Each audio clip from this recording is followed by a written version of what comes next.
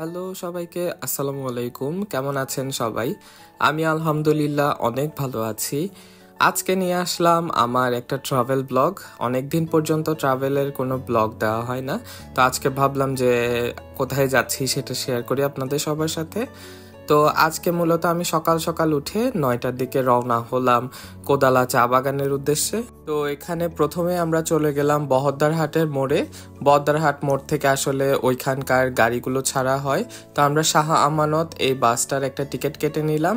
বহদ্দারহাট মোড় থেকে প্রতিজন 60 টাকা করে টিকিট ক্রয় করে আপনারা চলে যেতে পারবেন মরিয়মনগর পর্যন্ত। মরিয়মনগর পৌঁছে আমরা নিয়ে নিব একটা রিক্সাতে জনপ্রতি 10 টাকা করে আপনারা চলে যেতে পারবেন মরিয়মনগরের যে ঘাটটা আছে সেটাতে। সেই ঘাট থেকে পার হলেই মূলত কোদালা চা বাগানটা দেখতে পাওয়া যায়। তো আমরা ঘাটে আসার পর দেখলাম যে এখানে রাস্তাটা একটু কাদা মতো ছিল, তাই এখানে বস্তা দিয়ে আসলে পারাপারের রাস্তা দিয়ে দেওয়া হয়েছিল। তো এখানে চলছিল আসলে রোদের মধ্যে ফটোশুট, কারণ আলোতে আসলে ছবি সুন্দর হয় খুব।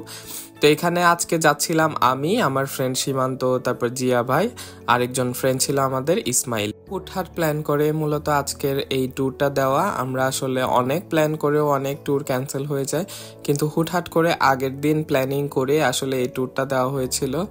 তো এই তো এখানে বসার একটা জায়গা ছিল, নৌকা আসতে যদি লেট হয় এই জায়গাটাতে বসা যায়। তো ওইখানে ওরা ছবি তুলে নিল। আর এটাই হলো মূলত ঘাটটা পারাপার হতে পারবেন আপনারা জনপ্রতি 10 টাকা করে। অসম্ভব সুন্দর ভিউ দেখতে দেখতে আমরা আসলে নদীটা পার হয়ে যাচ্ছিলাম। এটা মূলত কর্ণফুলী নদীরই একটা ঘাটটাতে আসার পরেই আসলে মনটা এত পরিমাণে ফ্রেশ হয়ে গেল, আর ভিউটা এত পরিমাণে সুন্দর ছিল যে আসলে বলার বাইরে। আর পানির অবস্থা তো দেখলেন, বেশ ভালোই ঢেউ পাওয়া যাচ্ছিল। অনেক দিন পর আসলে এরকম পানির উপরে নৌকা করে পারাপার হচ্ছিলাম। সেই বোধহয় লাস্ট আমি ট্যুর দিয়েছিলাম এরকম নৌকা ভ্রমণে সুন্দরবনে। নেমেই শুরু হয়ে গেল সবার ছবি তোলাতুলি। এই জায়গাটা এতটা পরিমাণ সুন্দর লাগছিল, ছবিতেও যেমন সুন্দর আসছিল, বাস্তবে তো দেখতে আরো বেশি সুন্দর। তো আমরা সবাই টুকটাক ছবি তুলে নিলাম। ছবি তুলে নেওয়ার পরে আসলে মূলত আমরা কোদালা চা বাগানের দিকে। তো চা বাগানে ঢুকতেই মূলত এই রাস্তাটা দিয়ে আসলে ঢুকতে হয়। আমরা একটু সামান্য সামনে গিয়ে দেখলাম যে চা বাগানে সুন্দর করে পানি দেওয়া হচ্ছিল। পানি দেওয়ার এই সিস্টেমটা খুবই ইন্টারেস্টিং। আমি তো প্রথমবার দেখলাম, আপনারা হয়তো বা অনেকে দেখেছেন চা বাগানে কিভাবে পানি দেয়। তো ঘুরিয়ে ঘুরিয়ে পানি দেওয়ার সিস্টেমটা দেখে খুবই সুন্দর লাগছিল। এটা হলো মেইন গেট কোদালা চা বাগানে ঢোকার। ঢুকতে এখানে অনেক কিছু আপনাদের চোখে পড়বে। রাস্তাটা যেটা দেখতেছেন এটা সামনাসামনি আরো বেশি সুন্দর। সামনের যে জায়গাগুলো দেখতে পাচ্ছেন এখানে মূলত চারা গাছগুলোকে বড় করা হয়, তারপরে গিয়ে এগুলাকে অন্য বাগানের ভেতরে আসলে রোপণ করা হয়। তারপরে এই যে দূরে দেখতে পাচ্ছেন যেটা, এটা মূলত হলো রাবার বানানোর কারখানাটা। এখানেই মূলত রাবারগুলোকে শেপ করা হয়, গাছ থেকে রাবার উৎপাদন করে এই সুন্দর সুন্দর শেপগুলো আসলে দেওয়া হয়। এগুলো দেখতে যদিও অনেকটা কেমন যেন একটা অদ্ভুত লাগতেছিল, খাতার পেজের মতো, কিন্তু এগুলো কিন্তু অনেক বেশি পরিমাণে মোটা, গরুর চামড়ার মতো দেখতে অনেকটা। তবে এগুলো বানানোর প্রক্রিয়া কিন্তু ভেতরে কার্যকর করা হয়। তো আমরা ঢুকতে এখানে একটা গন্ধ নাকে লাগলো। এটা যদিও স্বাভাবিক, রাবারের গন্ধ হবে এটাই স্বাভাবিক। তো এই তো আমরা এখানে পরখ করে দেখতেছিলাম যে কতটা মোটা এই জিনিসগুলো বা দেখতে কেমন। যদিও আমি প্রথমবার দেখছিলাম যে রাবার কিভাবে কি করা হয়। তো ধরে দেখলাম এগুলো অনেকটা গরুর ভুঁড়ির মতো। আমার কথাগুলো হয়তো বা আপনাদের ফানি লাগতে পারে। তো যাই হোক, এখানে এই মেশিনগুলোতেই মূলত এই রাবারগুলোকে আসলে শেপ দেওয়া হয় আর কি, বিভিন্ন ধরনের শেপ। এই শেপগুলো দিয়ে পরে মূলত রাবার দিয়ে বিভিন্ন ধরনের জিনিসপত্র বানানো হয়।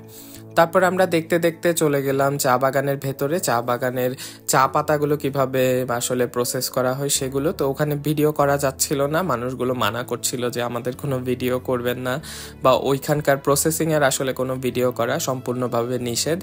যদিও আমরা ভিডিও করলে জানি না, ওনারা হয়তো বা মনে করেছে যে আমরা এগুলো কপি করে ফেলবো, এরকম কিছু একটা।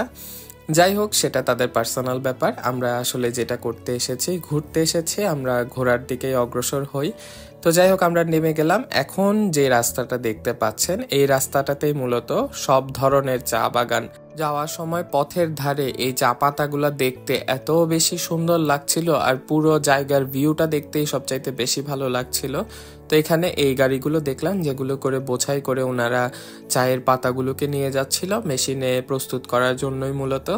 এই রাস্তাটা ধরে একটু সামনের দিকে গেলেই অনেক বড় একটা চা বাগান, যেটা দেখতে এত বেশি সুন্দর। আমি বারবার অনেক বেশি সুন্দর বলছি, তার মানে বুঝতেই পারছেন আমি কতটা এনজয় করেছি এই জায়গায়। তো এই ভিডিওটা নেওয়ার সময় আসলে আমার মনে খুব ভয় লাগছিল, কারণ একটা গল্প শুনেছিলাম যে চা বাগানের ভেতর থেকে অনেক বেশি সাপ বের হয়। এমনও একটা গল্প শুনেছি যে চা বাগানে দাঁড়ানোর সাথে সাথে নাকি উপর থেকে সাপ ফস করে উঠেছে। তো যাই হোক, সেসব গল্প বাদ দিয়েই ঘুরতে এসেছি, একটু এনজয় না করলে কি আর হয়। এটা মূলত চায়ের বাগানে চায়ের ফুল বলা হয়। ফুলটা দেখতে এত বেশি সুন্দর। এই তো জিয়া ভাইকে রোদের মধ্যে দাঁড়িয়ে এত পরিমাণে সুন্দর লাগছিল। আসলে ওরা ব্ল্যাক পরে এসেছে আজকে, পুরো ওয়েদারের সাথে আসলে ওদের ছবিগুলো খুবই কমপ্লিমেন্ট করছিল। এই তো আমরা এখন হাঁটতে হাঁটতে একটু সামনের দিকে যাচ্ছিলাম। যতই সামনের দিকে যাচ্ছিলাম আসলে ততই বেশি পরিমাণে সুন্দর লাগছিল। তো যাই হোক, আমরা হাঁটতে হাঁটতে একটু বেশি ক্লান্ত হয়ে যাচ্ছিলাম, কারণ যদিও চা বাগান তো সমতল না, একটু উপরে নিচে অনেক কিছুই করে আসলে হাঁটাহাঁটি করতে হয়েছে। আমি এখানে কিছু চায়ের পাতা সংগ্রহ করেছিলাম এক্সপেরিমেন্ট করার জন্য। তো আপনাদের বলবো কোনো দরকার নাই কোনো ধরনের এক্সপেরিমেন্ট করার, করলেও হয়তো বা ডিসঅ্যাপয়েন্ট হবেন, এর থেকেই আপনাদের জানিয়ে দিলাম। তো এখানে চলছিল ফটো সেশন। এত সুন্দর সুন্দর ছবি এসেছে আসলে সবার। এই জায়গাটা আসলে পিকচারের জন্য অনেক বেশি পারফেক্ট। আপনারা যদি অল্প সময়ের মধ্যে চট্টগ্রাম শহরে কোথাও যদি ঘুরতে যেতে চান, অবশ্যই আপনাদেরকে রেকমেন্ড করব যে কোদালা চা বাগানে চলে আসবেন। রাঙ্গুনিয়ার খুবই কাছাকাছি। যারা চেনেন না তারা আমাকে ইনবক্স করতে পারেন, আমি ডিটেলস অ্যাড্রেসটা আপনাদেরকে ইনবক্সে বলে দিব, যেহেতু অনেকে অনেক জায়গা থেকে আসতে পারেন হয়তোবা। তো যাই হোক, চা বাগান দেখার পরে আমরা এখন চললাম অন্য একটা জায়গায় ঘোরার জন্য। তবে চা বাগান থেকে বের হয়ে গেলাম আর কি। বের হওয়ার পরে এই রাস্তাটা দেখে তো আরো বেশি সুন্দর লাগছিল। এই রাস্তার পাশেই মূলত কর্ণফুলী নদী। তো রাস্তার পাশের ঘেঁষে কর্ণফুলী নদীর এত সুন্দর ভিউ দেখতে এত বেশি পরিমাণ সুন্দর লাগে তা আর বলার বাইরে। আমি আপনাদেরকে ভিউটা একটু ছোটভাবে দেখানোর চেষ্টা করছি। দেখেন, চা বাগান পাশাপাশি হলো নদী। এতটা সুন্দর এই জায়গাটা। আমরা অনেকক্ষণ এই জায়গাটা একটু বসেছিলাম, আর প্রচুর পরিমাণে বাতাস ছিল এই জায়গাটা। বাতাসটা গায়ে লাগতেই একটা অদ্ভুত একটা প্রশান্তি কাজ করছিল আর কি সবার ভেতরে। তো এই তো দেখেন, যা বললাম তাই আর কি, সবাই মিলে বসে আছি আরাম করে। ভালো লাগছিল আসলে, বাতাসটা দেখতেও খুবই ভালো লাগছিল। এই ভিউটা পাশাপাশি এই বাতাসটা ছেড়ে আসলে কোথাও যেতে ইচ্ছা করছিল না, যেহেতু আমরা অনেক দূর হেঁটে এসেছি আসলে মূলত। খিদাও লেগেছিল, তো ভাবছিলাম যে কোথায় যাওয়া যায় খাওয়া দাওয়া করার জন্য। একটু পরেই আসলে লাঞ্চ টাইম হয়ে যাবে, তো পেটের ভেতরে আসলে ইঁদুরে দৌড়াদৌড়ি করতেছিল, ভাবতেছিলাম যে কোথায় যাব খাওয়ার জন্য। তো এখানে নদীর পাড়ে চলে আসলাম। ঘাটে এসে একটু অপেক্ষা করছিলাম কখন নৌকা আসে। একটু সময় লাগে আসলে, যেহেতু অনেক বেশি পরিচিত ঘাট না এটা, অল্প দুই একটা নৌকায় আসলে পাওয়া যায় ঘাট পারাপারের জন্য, তো একটু হয়তো বা ওয়েট করতে হবে। তারপর দেখেন এই ভিউতে জিয়া ভাইকে কি পরিমাণ সুন্দর লাগছিল আসলে। তো একটা ভাবলাম যে একটা ছোট ভিডিও নেই। আমরাও ছোট ছোট রিলসের জন্য আলাদা আলাদা ভিডিও নিয়েছি সবাই। তো তারপর এখানে দাওয়াত রেস্টুরেন্ট, এটা হলো রাঙ্গুনিয়াতে পাহাড়তলিতে মূলত। তো ওখানে চলে আসলাম আমরা খাওয়া দাওয়া করার জন্য। সবাই একটু বেশি পরিমাণে ক্লান্ত, বিধ্বস্ত লাগছিল আর কি। তো এখানে এসেই আমার আর সীমান্ত দুইজনেরই কাজ হলো প্রথমে দেখা ছবি কেমন আসছে।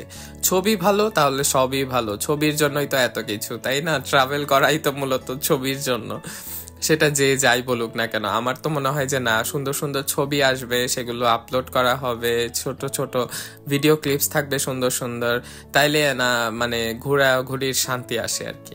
তো যাই হোক, এখানে কথা বলতে বলতে আমাদের খাবার চলে আসলো। আমরা অর্ডার করেছিলাম ভুনা খিচুড়ি, সাথে হলো মুরগির একটা ঝাল ফ্রাই, সাথে ডিমও আছে। একটা মূলত প্লেটার অর্ডার করেছিলাম আমরা। একটু হালকা পাতলা ট্রেকিং তো হয়েছে সবারই, হাঁটাহাঁটি তো ভালোই হয়েছে। তো খাবারটা এত পরিমাণে ইয়াম্মি লাগছিল, হাঁটাহাঁটির পর আসলে আপনি যাই খাবেন তাই আপনার কাছে খুবই পরিমাণে ভালো লাগবে।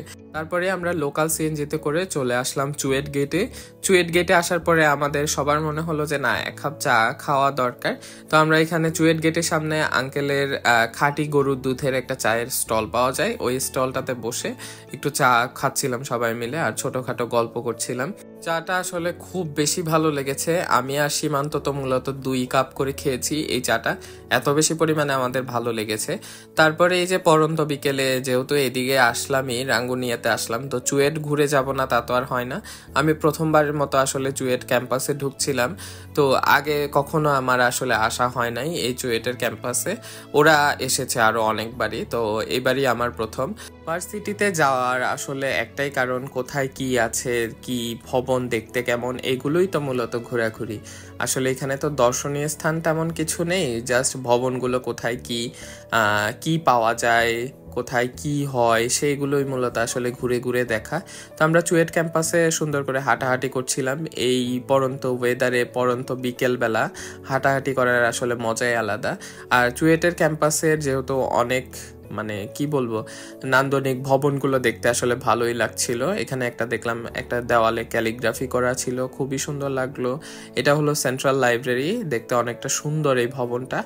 আসলে আশেপাশে গাছপালা দিয়ে ভরা যেহেতু ছিল, ক্যাম্পাসগুলো দেখতে খুবই ভালো লাগছিল। সরি, ক্যাম্পাসগুলো না, ভবনগুলো দেখতে খুবই ভালো লাগছিল। তো ঘুরতে ঘুরতে আমরা হলগুলোর আশেপাশে চলে আসছিলাম। এখন যে রোডটাতে হাঁটছিলাম সেই রোডটাতে মূলত ছেলেদের হল। তো ছেলেদের হলের সামনে এত সুন্দর সুন্দর গাছ দেখে আসলে আমরা সবাই খুব বেশি পরিমাণে ইমপ্রেসড হয়ে গেছিলাম। এত সুন্দর সুন্দর গাছের টপ লাগানো ছিল বা এত সুন্দর সুন্দর গাছ লাগানো ছিল, বোঝাই যাচ্ছিল যে এগুলার ভালো পরিমাণে পরিচর্যা করা হয়। তো যাই হোক, এখানে ঘুরতে ঘুরতে আমরা চলে আসলাম সীমান্তর বাসায়। ও হলো সুচিতা, সীমান্তের ছোট্ট বোন। শোনো কি বলে। আমার নাম সুচিতা, আমি ক্লাস 7 এ পড়ি। এখন আমার দাদার ফ্রেন্ডরা সবাই আমাদের গৃহস্থলে বসে আছে। একজন হাঁটু ভেঙে বসে আছে, একজন শুয়ে আছে, আরেকজন মানে শুয়াতে বসে, আরেকজনে ওই হাত দিয়ে এখন হেলান দিয়ে বসে। তোমার দাদা গেস্ট হিসেবে বসে আছে। না, আপনারা হচ্ছেন আমার দাদানি, উনি হচ্ছে গেস্ট। তো দেখলেন, ও আসলে অনেক বেশি পরিমাণে মিশুক আর এত পরিমাণে কিউট একটা ছোট্ট মেয়ে। ও ক্লাস 7 এ পড়ে আর খুবই ক্রিয়েটিভ। ও আসলে হাতের বিভিন্ন ধরনের কাজ পারে, সেগুলো পরে দেখাচ্ছে। তো এখানে আমরা মূলত মানে মজা করছিলাম আর কি সবাই মিলে। আর সবাই একসাথে হলে তো মজার কোনো অভাব থাকে না, বিভিন্ন জিনিস নিয়ে আসলে মজা করা হয়। তো এখানে যেহেতু সুচিতা আমাদের সবার সাথে মিশে গেছিল, আমরাও সবাই মিলে মজা করছিলাম। আর জিয়া ভাই দেখেন পাগড়ি বানাচ্ছিল শাল দিয়ে। তো যাই হোক, এই মজাগুলো করছিলাম। এবার দেখি সুচিতার কিছু কাজ। দেখেন, ওর ড্রয়িং এত পরিমাণে সুন্দর, আর ও কিছু স্টিকার বানাইছে, আমি দেখে তো অবাক, পুরো 3D স্টিকারের মতো। তো ওর ডায়েরিটা আমাদেরকে দেখাচ্ছিল। তো এর মাঝখানে চলে আসলো আন্টির বানানো নুডলসটা অনেক বেশি পরিমাণে মজা হয়েছে। আর আমার যেহেতু ডিমের নুডলস আর হলে একটু সাদা সাদা টাইপের নুডলস আমার খেতে সবচাইতে বেশি ভালো লাগে। আরও আন্টি দিয়েছে এখানে এটা ছিল গুড়ের বানানো একটা পিঠা, এই যে গুড় দেখা যাচ্ছিল। আরও অনেক কিছুই আমরা খেলাম, চাটা খেলাম, দুধ খেলাম। আন্টি আমাদেরকে খাঁটি গরুর দুধ খাইয়েছে, আর এই জিনিসটা সুচিতা বানিয়েছে। তো যাই হোক, এটাই ছিল আমাদের আজকে ছোট ভিডিও। আজকের দিনটা আসলে খুবই ভালো গেল আমাদের সবার। তো ভিডিওটা কেমন লাগলো অবশ্যই আমাদেরকে জানাতে ভুলবেন না। সবাই ভালো থাকবেন, দেখা হবে অন্য একটা ভিডিওতে। আল্লাহ হাফেজ।